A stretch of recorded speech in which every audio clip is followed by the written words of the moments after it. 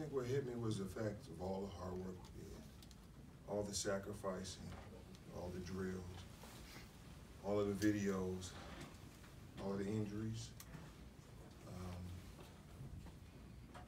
all of the doubt. You're talking about winning 18 games in 2 years and talking about turning it around like that. What's the reality? If I said to you, I had a team that was 9-19 for 2 years. Then the next year I say, oh, they're gonna make it to the Sweet 16. They're gonna they're gonna become the nation's known as the nation's giant killer, knocking off top-ranked teams, number 1 seed, number 2 seed, number 3 seed, number 4 seeds. On their way to the Sweet 16. And I think that's what really came into play, because no one knew how hard it was for us. To have, your coach there, teammates, what did it mean for them to celebrate with you, honor with you? Well, that's what it's about. That's what's a team. Yes, Willie Burton did a few things that was a little different in some statistical areas. But at the end of the day, we were all out there together. They set screens, they passed the balls. When I decided to break the play, they didn't fight me. They believed that I knew what I was doing, and they supported me because I made a decision to do something outside of what maybe the coach said. And they supported me. So I'm up there, but we're up there. What was the message to the team yesterday?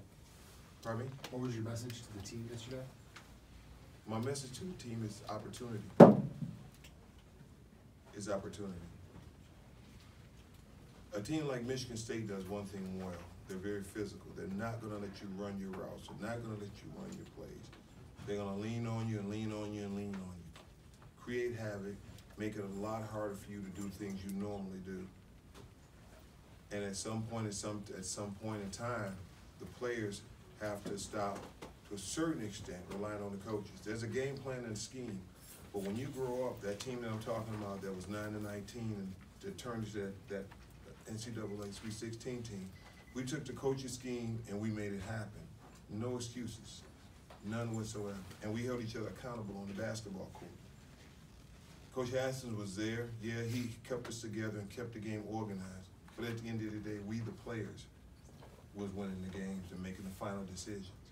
Sometimes we didn't make the right decisions, sometimes we did, and if we messed up, let me make it clear that the coach took my head off or took someone else's head off.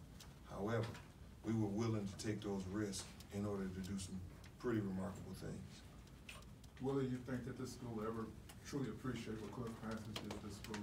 Yeah, they have. That was pretty obvious out there. They appreciated it. Situations happen sometimes that you don't understand why. I didn't know. I don't know anything about that version of things that I heard. All I know is, man, if you blinked wrong, that was it, dude. I mean, I ran a ball in this track so many times for not doing something or for not being 15 minutes early. He had a theory that if you were less than 15 minutes early, you were late. Things like that. That's what I knew. You played for two coaches that were very similar in nature. We both know our high school coach together. In terms of, those kind of coaches could work today in this game, this kind of generation? Yeah, I think so, but you just have to have the right players. You have to have the right players that understand what you're trying to do and what you're trying to accomplish with them. Today's player typically comes from a better and more affluent background. And you have to take the bad with the good in basketball and any other sport. So you go get a kid from the inner city that may be more risky off the court and some other things you have to worry about. But when the game is on the line and when it's a tough situation, they're gonna prevail.